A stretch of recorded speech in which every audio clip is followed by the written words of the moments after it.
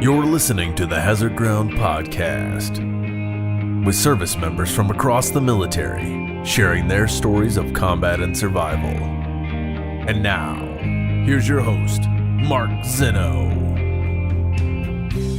Welcome into the Hazard Ground Podcast. Thank you for joining us each and every week, as you guys always do. Happy holidays to everybody. Certainly want to wish everybody the best this time of year. Before we get started with this week's episode, reminder to follow us on all the social media sites, Facebook, Instagram, and Twitter at Hazard Ground or at Hazard Ground Podcast. Keep up with what's going on with the show, upcoming guests, things of that nature. Tell your friends to follow us as well. Want to keep growing this Hazard Ground community. Also want to remind you of our newest sponsor. So excited to have these guys back. Combat Flip-Flops. Now, if you go back to our earlier Hazard Ground episodes, we had the founders of Combat Flip-Flops, Matt Griffin and Donald Lee, on episode 20. These two former Army Rangers put together this idea to bring peace to war-torn areas of the world, and they did it through business. Basically, what the first part of this invention was they took the boot sole of one of the boots that we wear and made it into a flip-flop. So it's an awesome idea, and now they've grown this company. They were on Shark Tank. It's huge. They've grown this company into something that is really impacting war-torn countries throughout the world. For example, you buy a pair of combat flip-flops, that'll put an Afghan girl through school. That's the kind of impact you'll be having. These guys are great. They love what they do. They stand behind all their work, and we at the Hazard Ground stand behind them as well. So here's what you do. Go to their website, combatflipflops.com, and enter the code HAZARD1. That's HAZARD, the number 1, at checkout, and you'll get 15% off every order. You don't even have to go to our sponsors page at hazardground.com. Of course, we always love you to go to hazardground.com and check out the sponsors page, but if you go to Combat Flip-Flops and enter the code HAZARD1, you'll get 15% off your entire order. It's a great way to do some holiday shopping and buy some loved ones some great gifts this time of year. Speaking of holiday shopping, also want to remind you of our continual ongoing partnership with Amazon. This you have to go to our website for, hazardground.com. Click on the Amazon banner right in the middle of the homepage. Do all your Amazon holiday shopping or any shopping you need to do for that matter right there on Amazon.com. Whatever you spend, we get a portion of that back from Amazon, and we donate that directly to some of the great charities you've heard here on the Hazard Ground. So you can do your holiday shopping and help out some great veterans organizations and veterans all across the country just by doing your Christmas shopping on hazardground.com and then clicking on the Amazon banner. As always, thank you guys for being part of the Hazard Ground community, and we love the fact that you guys are with us each and every week. Now, on to this week's episode. This week's guest is a retired staff sergeant from the United States Marine Corps, 4 deployments overseas, both to Iraq and Afghanistan, and now he has recently been named to the Committee for Shootout for Soldiers, a charity event, a 24-hour lacrosse game that goes on benefiting all of our military. He is Dave Burton here on the Hazard Ground Podcast. Dave, welcome. Thank you for joining me. Hey, Mark. Thank you very much for having me. All right, so look, it's funny because there's a lot of different things that people accomplish throughout their military careers. And while, we were talking prior to starting recording that you were worried that you didn't have much to say or it wasn't a big deal, but, everybody's story is unique. And the fact that you did 4 deployments in 5 years in and of itself is very tough. And let's go back to the beginning, though, and tell us why you joined the Marine Corps and how you got in. Yeah, absolutely. First, just wanted to say thank you for what you're doing and everything you do for veterans and their families, and a happy Veterans Day to you. Same to you, brother. Thank you. Thank you. Just kind of growing up, I always kind of admired the military. I think you and I are kind of around the same age, and I grew up with Top Gun on the TV, and that was all I wanted to be, was an F-14 pilot, like from age 9 until, and I started, reading a lot of books and just always really admired Marines. Kind of looked up to them from when I was a kid.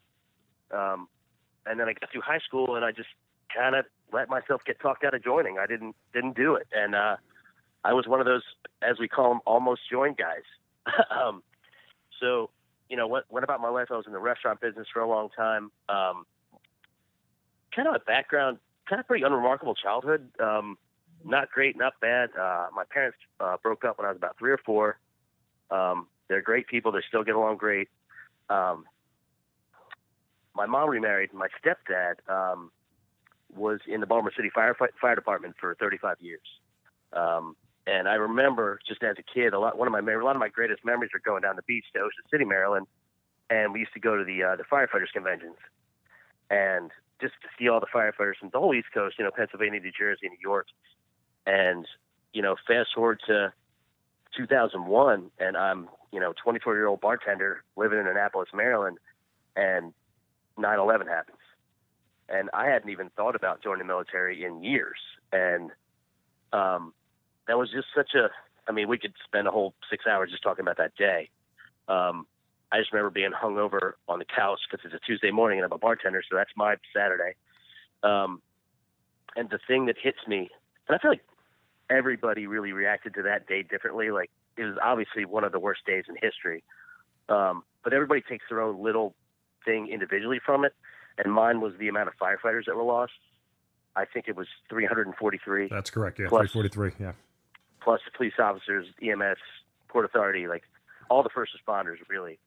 And I just, in my head, I was like, well, that's it. Like, I don't need to be bartending right now. Like, there's more important things I could be doing. And I went into the recruiting office the next day. I went in there 9/12, and I remember getting down there, and I figured there'd be a line around the block, And I'm like, I walked in, there's nobody there. I'm like, I walked up to the desk, and I'm like, where's everybody? He's like, what are you talking about? I'm like, how many people have joined today? And he's like, well, nobody yet. And I'm like, it's just unfathomable. I'm like, really, nobody? Okay, well, I'll just sign here then, So that was kind of what got me behind it. I had a great family life. We were never rich, never poor. I have 2 wonderful sisters, a wonderful brother, mom, dad, stepmom, stepdad, like everything. I got no complaints, but I also had nothing tying me down as far as girlfriend and wife. And I'm like, well, let's, not to romanticize it, but let's go get some. Right, no. But did you talk to any of your family before the decision, or you just did it on your own? I didn't really. I think I might have just said, look, I'm doing this. And I had this look in my eye, and my mom was like, definitely weren't encouraging me, but they weren't going to stop me either or try, So after you signed the papers and you came back and, did you tell them, hey, it's done and I leave when, and what was their reaction? They were not happy, but I shouldn't say they weren't happy. They were scared because their son just joined the Marines in what just became a wartime Marine Corps. Sure. A lot different than if I would have joined 2 days before. So they knew all that entailed. But they were very, very supportive. Everybody was. So when you walked into the recruiting station, was this just more about you not having anything to do and wanting to do your part? Was there a sense of patriotism? Can you recall some of the thoughts and feelings that you were having? And was there any hesitation when you put the pen to the paper before you signed? Not really. I think it was partly those things and partly like looking back in past and being like, you should have done this a long time ago. This is really, this needs to get you in gear. Like, it's time to be an adult now. It's time to stop, drinking every night and making your tips at the bar and then going to spend them and not really having a purpose in your life. No responsibility and things like that. Like, so it's a lot of different things. So when when we spoke to you before the podcast, you said you couldn't be bothered with all the hard work. It was just kind of something that wasn't in your glide path at that point in time, and you just realized that you signed up for a ton of hard work. Were you aware of that? Yes, I was. Okay, so what was your kind of thought process going in? It kind of flipped the switch for me. I knew that this was the most important thing I was ever going to do. It was also the most difficult thing I was ever going to do. I'm not a big guy. I'm 5'6" on a good day. But I knew that this is something that I always took with me was, this is not a job you want to mess up at. Sure. Because either you're going to get killed or the people you're responsible for or the guy next to you is going to get killed. So I told the recruiter on that day, I was like, look, give me 6 weeks. I'll do like a delayed enlistment program. I was like, give me 6 weeks. I need to get myself in some type of shape. I started running. I wasn't in terrible shape because I never really had been in bad shape, but I wanted to start running and doing push-ups and all this stuff. I had a couple of my buddies that were former Marines. I was like, what do I need to know to go to boot camp? Like, it really, like, I don't know. It just completely motivated me. Like, I was totally focused after I signed that paper. But, yeah. So you get to boot camp. Was it what you were told it was? Was there any things that you saw that were unexpected or anything like that? Yeah, it wasn't quite Full Metal Jacket.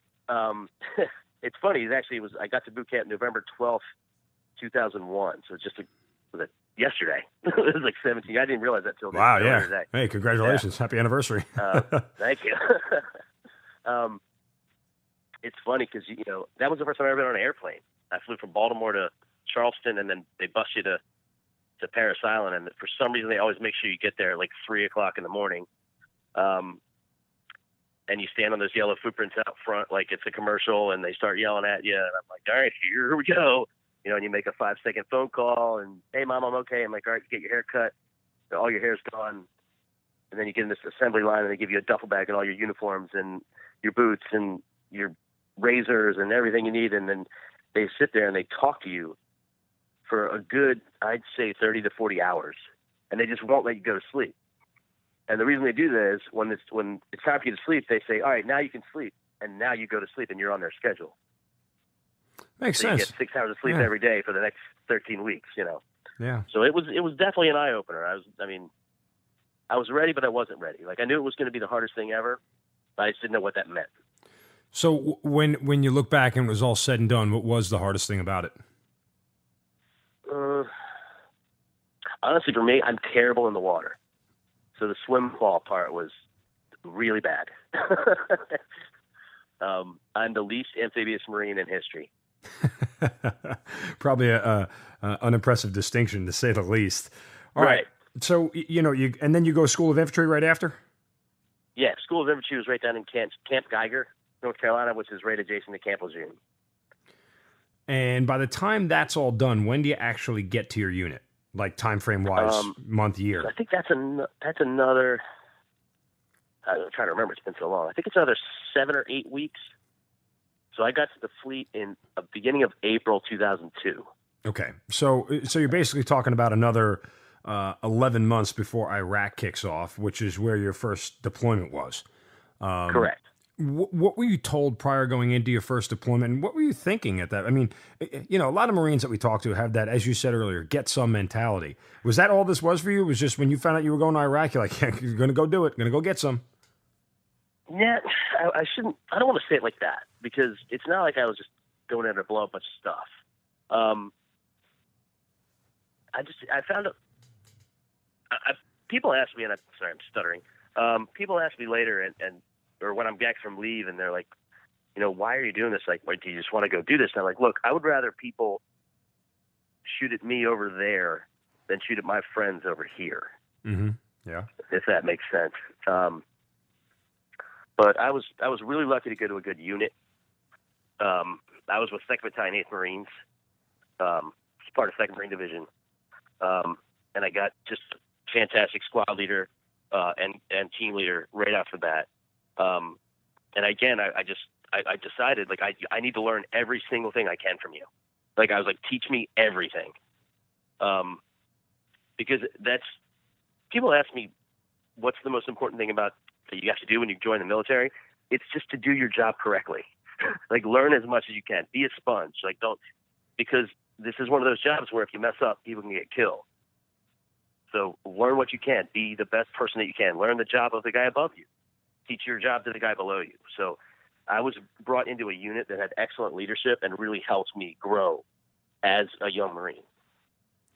Were you prepared for that first deployment?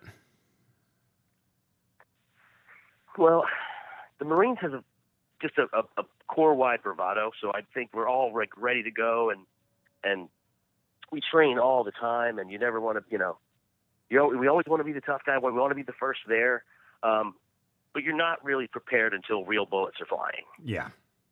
Yeah. And part of the background of that question is, as much as we all train for combat, it's the most unpredictable thing on the face of the earth. And from that standpoint, sometimes preparation is just about being prepared for the unprepared, right? Oh, absolutely. Yeah. And so did you feel like when you got there, did you know what you were there? Did you care why you were there? Did you care what the mission was? Was there any of that? Yes. Well, it's funny is how the plan gets disseminated from the way, way higher up all the way down to the PFCs and Lance Corporals. So you really don't know what the hell's going on. You just know what's going on within 20 meters of yourself, pretty much. Right. I was like I said, I got into a good unit. Some of the senior guys got out before we deployed to Iraq. We did a couple training evolutions, one in Spain and one in California in Bridgeport, mountain warfare training. So by the time we deployed to Iraq, I was a Lance Corporal. I was a team leader, first team leader in a rifle squad. So I learned a lot from my squad leader then. That was Corporal Ramos. He was, I don't want to say laid back, but he wasn't a screamer. Just kind of got his guys in place, and when he needed to scream, he would. And I always remembered that. You know, there's a time to scream, there's a time not to, but you just need to get everybody in place and make sure you're doing your job. You talked about the real bullets flying. When that happens to you for the first time, you know, what do you remember about it? What did you do? Did it all go as planned? Does it not go as planned? Give me some of the information there. Well, there's a good line that says the best plan doesn't survive first contact with the enemy. The first time I actually had anything live fired at me was actually the night before we crossed the border. So we're talking March 2003. I guess it was like March 19th or 20th or somewhere around there. Right. And we were dug in just shy of the Iraqi border. And we didn't have any armor on our vehicles at that point. We didn't have, we had chemical mop suits, but they were green instead of desert. We had enough for one SAPI plate in each Kevlar. So we had a armor plate in the front, but not in the back. So we were pretty much kind of bottom of the barrel as far as equipment, just because, you know, everybody in Camp Lejeune just left Camp Lejeune to go to Iraq. So we're dug in near the border, and that's when all like the Tomahawks start flying in, and the MLRSs start lighting off, and Scuds are flying the other way, and Patriots are flying this. All these different kind of weapon systems are flying. So it's literally like a fireworks show that will really get you killed. So that's when I was kind of like, you know, this might not work out. You know. You're starting to get that thought. What the hell am I doing here? Yeah. It goes through your head. I mean, it's not like there's any going back. So. No, but I mean, was there fear involved at that point? There is. I always just try to keep busy. Like that was my thing. Like I'll keep busy enough to get over being scared until it's time to not be scared anymore. Sure. And then it's too late to be scared. I guess if that makes sense. So you're part of the initial invasion of Iraq. When you look back on that, I mean, obviously it was swift and fast, right? I mean, we got to Baghdad within a couple of days, maybe even less than that, a couple of hours, you know, in the grand scheme of things, 36, 48 hours, whatever it was. And, you know, do you think that, was combat all it was cracked up to be from your standpoint? Oh, absolutely. Well, we didn't get to Baghdad in 38 hours. We were right up the middle with 1st Regimental Combat Team and 2nd Marine Regiment. So we were in Nasiriyah 2 days after the invasion. Sure. So we were in Nasiriyah in fairly significant contact for a good week and a half. So that was pretty heavy duty. And that's, you know, through a lot of swampland, a lot of desert, bridges over the Euphrates. That's where we lost a lot of people. Not my unit, thank God, but one of the units attached to our regiment suffered some casualties from friendly fire from Air Force A-10s. Yeah, I've read about that. I've read about what happened in Al Nasiriyah and the friendly fire incidents, and you know, obviously, it's so easy to sit there and play armchair quarterback after the fact about what went wrong, and I am not alleviating responsibility of the pilots who are in those planes dropping those bombs for not understanding what's going on. They bear a certain amount of responsibility, but sometimes, as you know, combat moves quicker than you can think and move. It just happens that fast. And so from that standpoint, a lot of it's reactionary, and you do what you think is best given the information you have at that moment. And sometimes those results aren't always beneficial to everybody involved. I know that sounds very kind of, you know, canned and diplomatic and, you know, rehearsed or whatever you want to say, but that's just a fact of the matter. So, you know, when you learn that after the fact that it was friendly fire, did it make you mad? It did. And actually, you know, it took me a while to get over that. Why?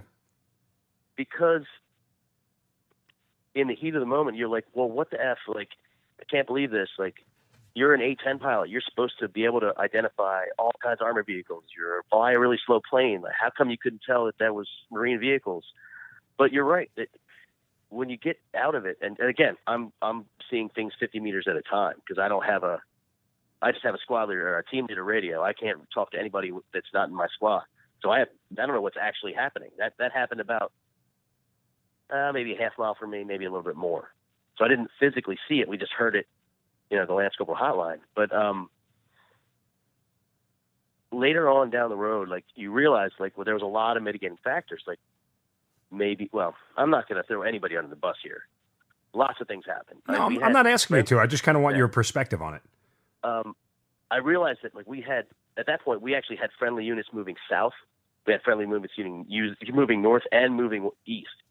So it's an extremely fluid situation, also in an urban environment. So we didn't like it at all. But again, these things happen, and it's the worst possible thing to say, but that's. The old adage is true. I mean, listen, the casualties of war are the casualties of war. The old, if you're going to make an omelet, you got to break a few eggs kind of deal. And again, that's callous and it sounds very matter of fact, but there is a large amount of truth to it. But the other point of all this is simply that,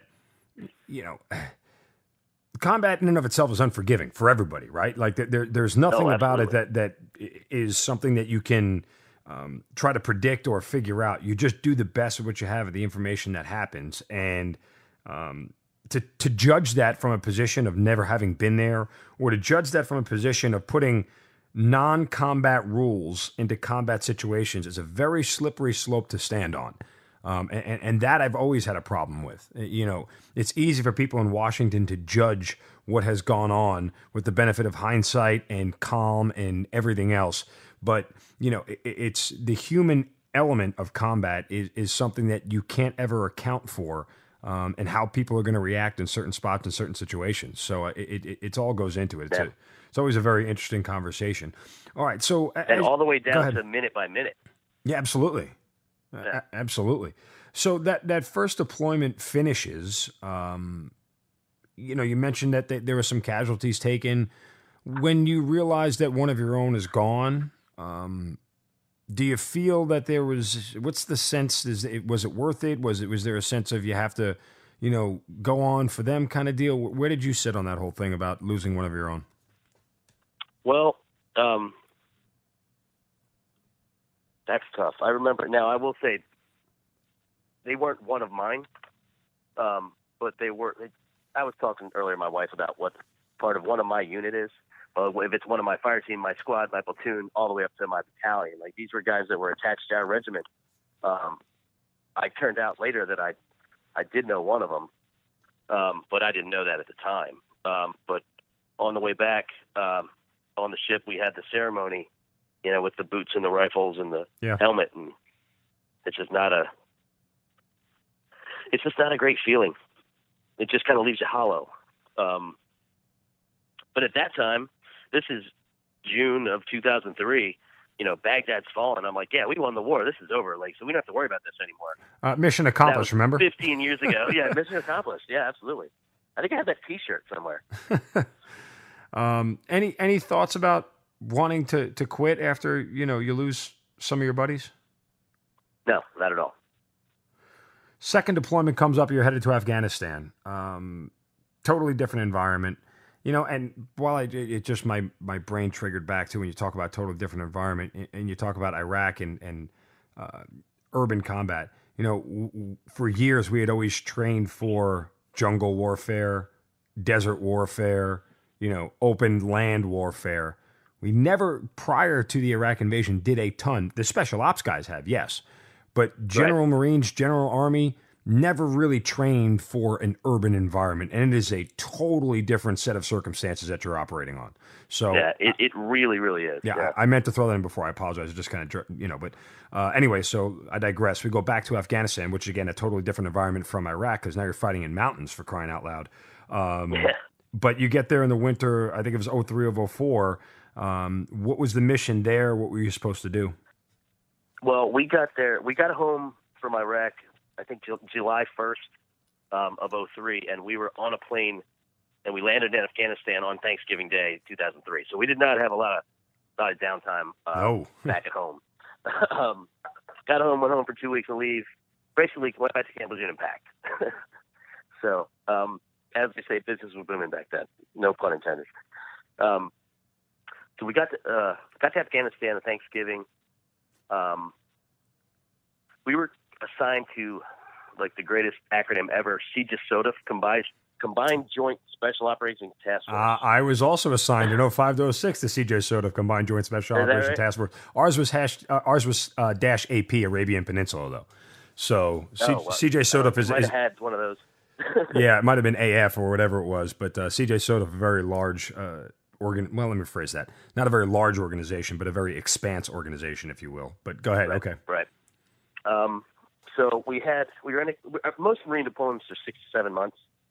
I guess I know Army's a lot longer, but we kind of go out shorter, but we go out more. At least it was back then.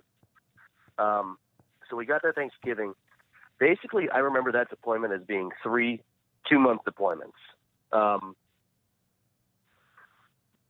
first 2-month deployment, we went out to Asadabad. We flew into Bagram Air Base, which is like the larger air base in central Afghanistan. And Echo Company was assigned to Asadabad, which is a mission support site in northeast Afghanistan in the Konar province, very close to the Pakistani border, which is where the big bad guy was supposed to be. And I don't know if you ever see the movie Lone Survivor. Sure. That's the same area. Yeah. We were there, I think, about 18 months before those events took place, but it was that same little support site. My platoon actually got shopped to an ODA team out in a even smaller little camp in Nangalam was what it was called, which was the best 2 months of my entire enlistment because we had a platoon of 27 Marines attached to an ODA team, which is a Green Beret A team, on this little base with some Afghan militia, and we just did patrols, some raids, some meet and greets with village elders, grabbed some, EPWs or bad guys. Bad guys. I don't know. They change the acronym every 5 years. Yeah, or HVTs, high value targets, whatever you want to call them. HVTs. That's what it is now, right? Okay. Yeah. But we got to go out with those guys, and I don't want to say do what we wanted, but kind of not as many restrictions as we would have just being in the big fight, so to speak.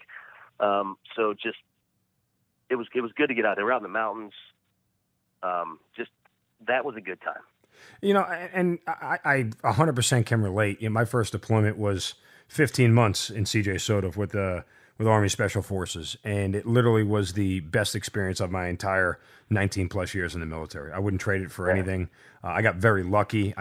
There was no reason I got that assignment other than just time and place and needs of the Army, if you will. But as you said, I did a lot of things on that deployment that I had no business doing, being on raids and interrogations and things of that nature, and some other things that we don't always talk about. But beyond that, that environment is very conducive to, like you said, it's just they operate under their own set of circumstances based off of the needs of the mission and what they have to do. And sometimes that's a little bit of a reprieve from what we're so used to as far as structure and discipline and order and the rules and the manuals and everything that we follow and all that stuff. Right. But when you get into that different environment, it's almost like you just do what needs to be done. You're not doing anything illegal, immoral, or unethical or anything that's going to put anybody in danger. You're just thinking outside the box, so to speak, to put it in plain terms. Oh, absolutely. And there's a reason for all those rules for the big side. You can't just do it all the time. But yeah, it was nice to be on their side a little bit. We also did some med caps, where we would set up mobile field hospitals. My buddy Jeff was our Navy corpsman, and we would treat Afghan civilian population for any of their medical needs and burns and things like that. So it was pretty fulfilling. And so the third 2-month deployment? Well, that was the first 2 months. The middle 2 months was awful. It was guarding towers We were on guard tower duty at Bagram Air Base for 2 months. Oh, that sucks. It was like 8 hours on, 8 hours off in a guard tower for 2 months. I would not wish that on my worst enemy. Yeah, that's true. I mean, So nothing. For people who aren't military listening, there's a lot of boring jobs overseas. Trust me. There's a lot of boring jobs overseas. So it's not all it's cracked up to be. And I don't say that as a pejorative, but everybody who's put on a uniform and has been there knows that somebody has to stand in front of the chow hall, right? Like somebody has to stand there and just make sure nobody who's not supposed to be in there, goes in there, or that everybody clears their weapon or whatever. Somebody has to stand gate guard all day long. It's not exciting, but somebody has to be there. It's like working in a toll booth. I got really lucky. Yeah, I got really lucky most of my time in the Marine Corps, not having to do stuff like that. I was usually in a more mobile unit, in more mobile job. But this was 2 months where I got stuck in a tower. And then the third part of it? The third part of it sounds worse, but it's actually better. We were QRF for the country. So we stayed in a squad bay, or as Quick Reaction Force. We stayed in a squad bay on the runway at Bagram, and we had to be able to get on helicopters and fly anywhere in the country within like 2 hours. So we couldn't really leave to go anywhere except for like the chow hall and the gym.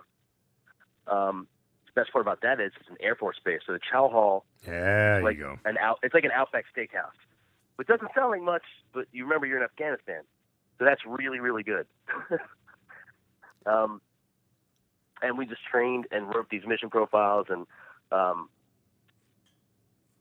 worked out, played basketball, went to the chow hall, talked to a lot of the Army guys and like the Apache pilots and their commissions. Like, you should come over to the Army to fly Apaches. I'm like, yes, I'm going to do that. That happened. One night I will remember we were walking to the chow hall and this had to be probably towards the end of the deployment. It had to be, I don't know, February, March, April, somewhere in that in 2004. And there was a honor guard walking down the runway, and I was with my buddy Jeff and Noah and I, and we stopped and rendered honors, and I'm like, oh man! And it turned out it was Pat Tillman. Oh wow! That was his flight home. Yeah, it was April 2004. April 2004, which is tough. I mean, I'd always loved him as a player and just admired what he did, because he quit playing football after 9/11 and joined the Rangers. I mean, that was just amazing. So that was tough. It was very tough. How did that news reverberate through the ranks? Well, see, back then there still wasn't a lot. There was like 2 TVs on base and none where we were.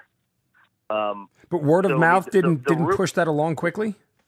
Word of mouth gets around. Yeah, it did get around. But as far as the whole friendly fire thing, nobody knew anything about that. Oh yeah, I wasn't even talking about that. I was just more talking about the news of Pat being killed in action. Regardless of how, how did that disseminate among the ranks? How quickly did it happen? It was quick. We call it the Lance Corporal Hotline. If one of them knows about it, everybody knows within a good 2 hours. What was people's reaction? Do you remember to some of the things that people said or what happened? Or it was really more like just a head down, shake of the head, like nothing really elaborate. Nothing really emotional responses. I took it pretty hard because I just admired what he did. Sometimes I kind of romanticize military service more than I should, but sometimes it deserves to be, Well, listen, I don't think that in anything you've said you're romanticizing it, but there is a certain amount of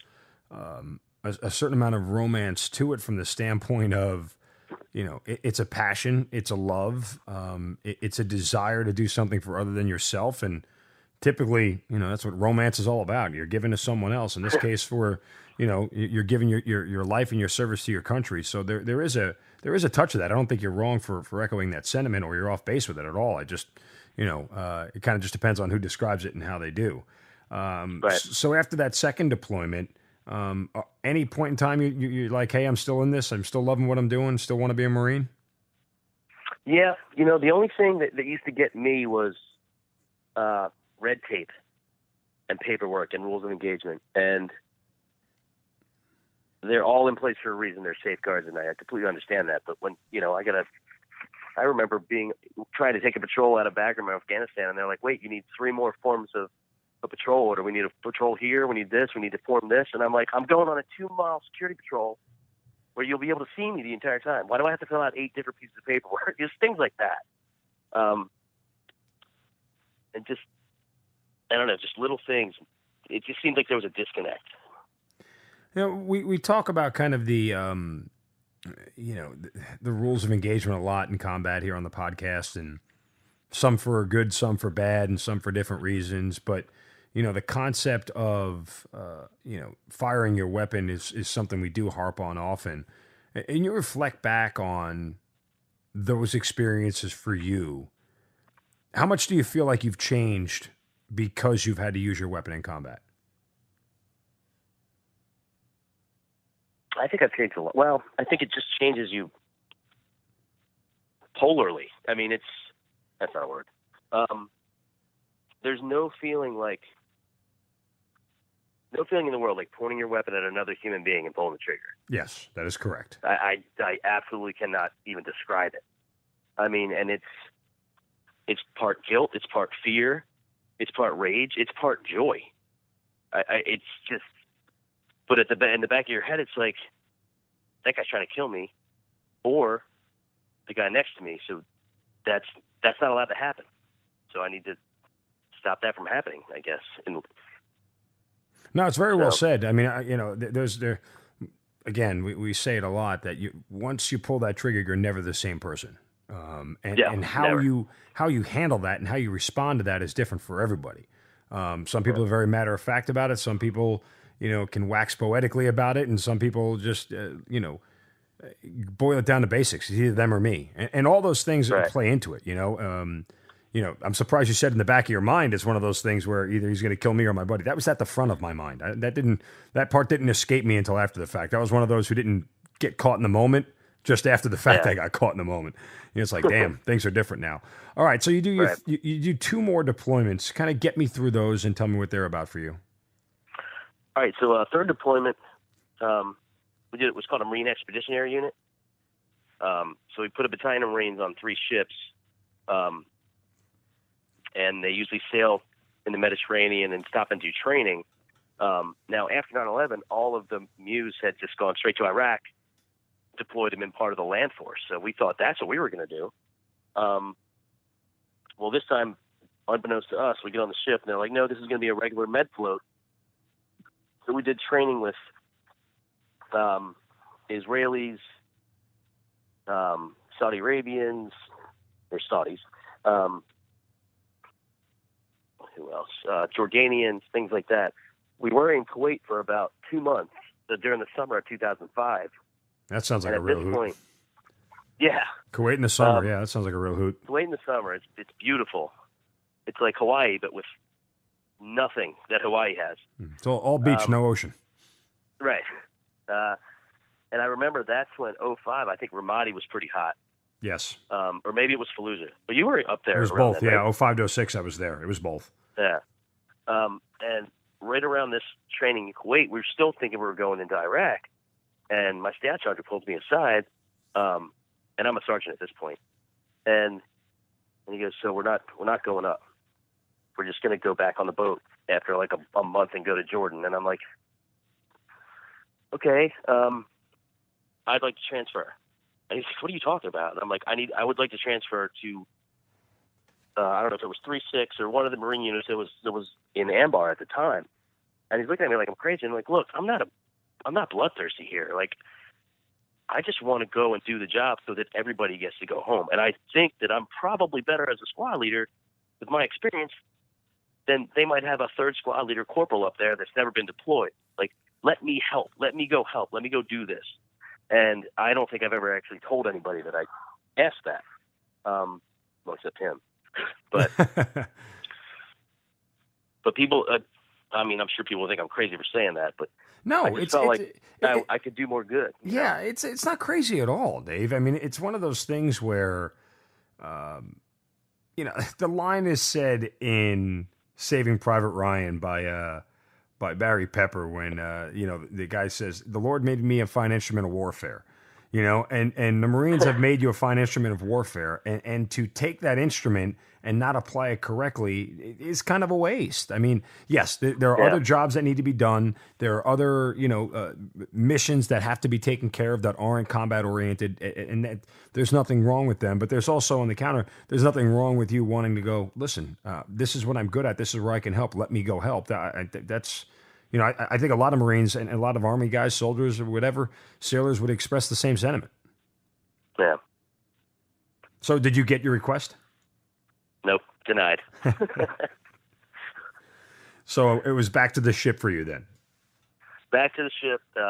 We actually, sailed back out of the Persian Gulf. We're on our way home. We stopped and did what's called beer on the pier in Jordan. There's like a resort city, like a harbor city in Jordan called Aqaba. So they pulled the ships up to the pier, and they ordered like 300 cases of beer, and everybody got to hang out on the pier. It's like a dock, like a port dock, not a pier, and just have beer, but you couldn't leave. You couldn't go into the city or anything. And then so everybody gets drunk, gets back on the ship.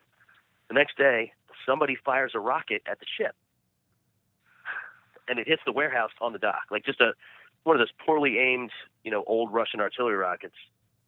They shoot it at the ship, hits the warehouse next to the ship. So the ship has to get out of town. And we actually had Marines training out in Jordan with the Jordanian army that were like 50, 60 miles away. And I'm like, where are we going? They're like, well, they're shooting rockets. Got to get the ship out of port. I'm like, okay. What about the 200 Marines that are on the beach? But they ended up figuring it out and going back and getting them. But I was not very happy about that. How quickly can a ship get out of port? Like, so if it lands and it blows up, just out of curiosity, how quickly does it take to ship? I mean, you have to get everybody back on it, obviously, first, but how quickly can they get out of there?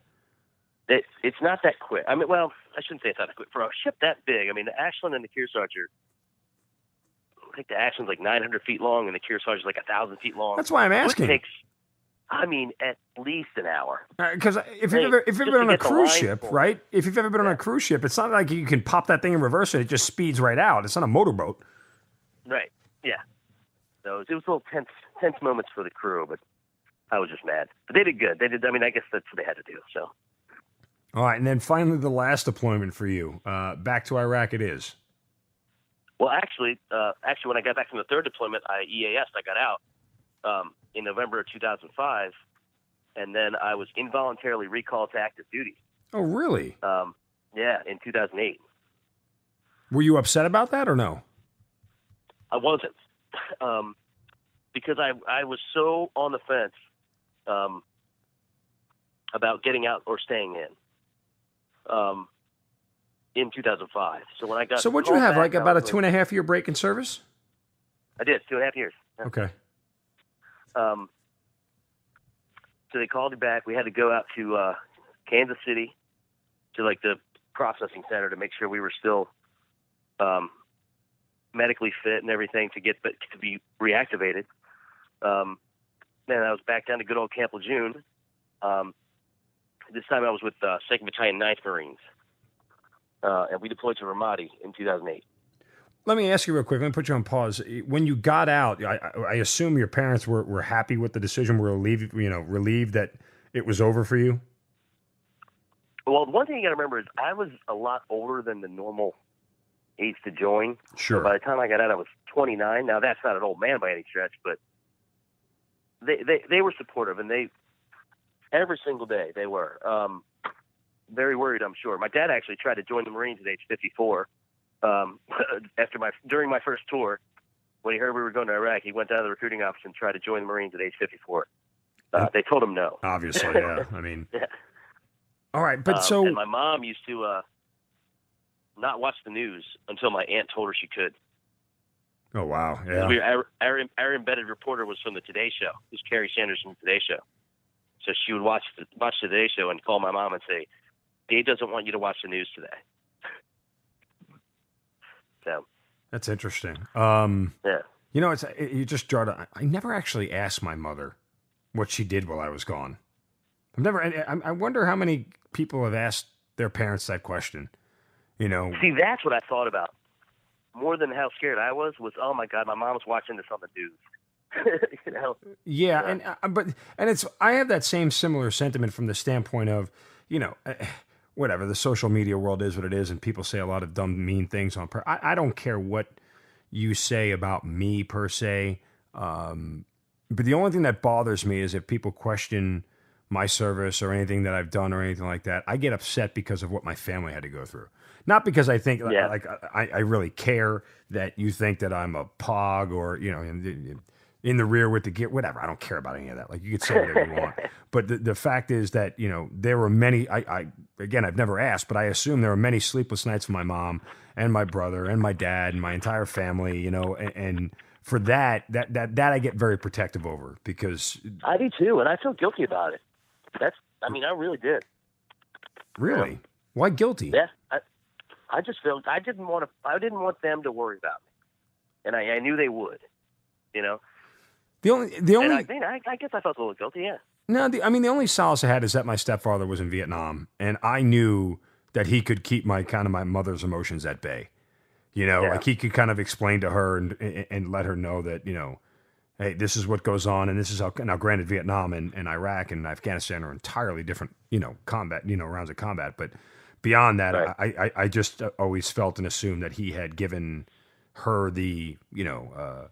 The words that she needed to sleep as good as you can at night. All right. So when you get recalled, when you tell your family, what did they say? It's kind of like, oh, here we go again. I think they knew that I never really.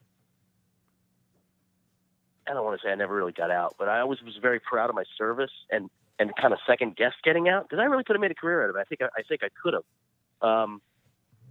But they knew that when they saw the look in my eye, they're like, "Oh man, you're going back in and you're happy about it." And I'm like, "I kind of am, you know," and I kind of am, like, but it wasn't the same. Why? A lot of things change. Remember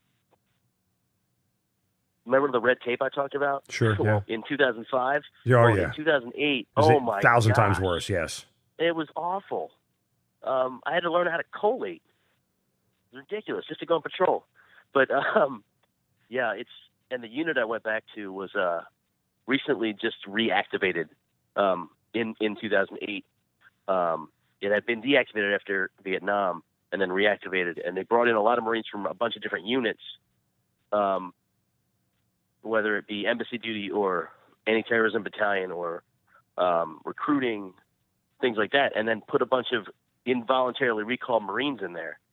And decided that this was going to be like some type of well-oiled machine, and it wasn't. Right, yeah. It was a good unit. It really was, but it wasn't anywhere near as good as 2-8 when I was in 2-8. But luckily, we found out when we got to Ramadi that Ramadi wasn't Ramadi anymore. It was pretty tame in 2008. Yeah. All of Anbar was, actually. So when you got in for that enlistment, did they tell you? I mean, was it just for that deployment? Was it for a year? What did they tell you? It was for 1 year, and they were trying to recall NCOs with combat experience, and mainly in the MOSs of infantry, military police, and I believe intelligence, because that was when we did the surge, and also that was when they started demilitarizing bases. Actually, it wasn't the surge, because we were demilitarizing bases in 2008 and 2009, because we shut down Camp Fallujah. Yeah. And a couple other little bases. And I think later after that, not soon after we left in May of 2009, they shut down Camp Ramadi, I believe. But it was just basically going on patrols with Iraqi security forces. And, you know, we'd lead one patrol, they'd lead one, we'd lead one, they'd lead one. And then looking for hidden arms caches and insurgents. Interesting. All right, so why did ultimately you decide to get out? Why did you not re-enlist? Well, a lot of it was because of what we've been talking about, that all the paperwork and red tape. And I think a lot of it was once I was going to pick up staff sergeant, I knew I wasn't going to be able to be in a squad. I'd be further and further away from where I thought I should be. Right. And that would have kind of broke my heart. I I guess if I would have stayed in for a career, it eventually would have happened anyway, but I just didn't think it was for me. And I could have been wrong. I mean, it literally was a toss-up. It was. When you look back on it, do you think that, the Marines was everything you wanted it to be from the day you signed in? I don't know if I look at it like that. I look at it like every past job you had, you remember all the good stuff, you forget about all the crappy stuff. So I remember my guys, and I remember the times we were joking around about not having a shower for 70 days. And the times we got to go on patrol with SF and along the Afghani border, and just mainly my guys. I mean, that's what I miss. And I don't really remember the bad stuff, like the boring parts, like standing tower guard or going a mountain rock hike for 20 miles and things like that. So you always miss the good stuff. When you look back at your Marine career, do you wish you had enlisted earlier? That's a really good question. I never even thought about that, actually. Because if I would have enlisted, I'd probably be a sergeant major right now, Mark. Yeah, I mean, that was kind of where I was going. 25 years right now. Do you think you would have been more apt to have made a career out of it had you not had a little bit of life experience, had you not had a little bit of things that you had done, had you not had the break and serve, all those things would have played into it. You don't know how it would have played out, but kind of that was my thought process. Do you think you'd still be in 20 years later? I actually do. And the reason is I met a Marine that was a higher rank than me, but we were the same age. But he had gotten in, like you said, right out of high school. And I met him when I was 25 or 26, and he was 25 or 26. But he had 9 years in, and I had 2 years in. And he outranked me, and he was well-spoken and everything, but I could tell, like you can just tell we were different. Like, we're the same age, but we're different life experiences. Like, it's hard to explain. And I feel like if I would have went right out of high school or shortly thereafter, yeah, I would have been a Marine forever. That would have been Gunny Highway. Well, listen, that's a admirable path to choose, to say the least. But you move on from the military and continue on with your. When you got back, did you know what you wanted to do? Did you kind of just have a plan, or you just letting it come to you? Well, I'd spent so much time in the restaurant business that I just kind of went back to that. Right. It's always a safe gig. It's good money, but not a lot of upward mobility, I guess. Sure, yeah. So I got back into that. No complaints. I'm actually working at a contractor right now, managing, so doing good. The other thing that we mentioned is that you have just been selected to be part of Shootout for Soldiers, an event that originated in Maryland by a young high school student who actually I interviewed years ago. His name is Tyler right? Steinhardt, and not only has it branched into just a major event every single Memorial Day weekend, but they have other chapters in other cities. But it all did originate in Baltimore, Maryland, in the area where you grew up, and in the Baltimore, Annapolis area, where lacrosse is obviously huge. But it is a 24-hour continuous lacrosse game, all played by volunteers, and they raise money for veterans organizations across. They raise money and donate it, I should say, to veterans and veterans organizations. But I'll let you talk more about it and what it is, and let people know where they can help out. Yeah, it's just a fantastic event. Like you said, Tyler and just a great group of young people came up with this idea in high school. Yeah, high school kids, I think amazing. 6 or 7 years ago. And to date, we raised over $3 million. And our current partners are Team RWB, the Rangers Lead the Way Fund, Semper Fi Foundation, Semper Fi Fund, and the Gary Sinise Foundation. And they really help out with wounded veterans and their families. And like you said, it's a 24-hour lacrosse game. It's in cities like Atlanta, Seattle, Long Island, Baltimore, D.C., Philly, Denver, L.A. It's just really grown. It's just a great event. 92% of each dollar gets donated as well. What we're actually looking to, to do is get some more veterans participation in it. I've played in the event the last 5 years. It's the first game in each event is veterans only, and believe me, it's pure comedy because a lot of us haven't played in quite some time, but we're out there trying to play lacrosse, and it's usually like 4 to 3 after an hour. But it's great, and even if you have no experience, you can come out there and play, donate, volunteer, and yeah, shootoutforsoldiers.com is the website. Gives some more info, but that'll be out summer of 2019. Will be next shootout. Yeah, it really is. I've been a part of supporting the event for several years now, both in Baltimore when I worked there and down here in Atlanta now where I live and reside. And so I can't think of a better organization. The fact that it was started by high school kids always amazed me, and they've gained so much traction for it nationwide to put this thing on is absolutely amazing. And certainly, Dave, thank you for being part of that organization. Well, obviously, thank you for your service and everything that you've done. And we certainly appreciate hearing your story. It's unique, it's individual, and everything that you went through certainly reminds us all why we put on a uniform and the reasons why we do it. So we certainly thank you for being here. Dave Burton, thanks for being part of the Hazard Ground. Mark, my pleasure. Thank you very much for having me.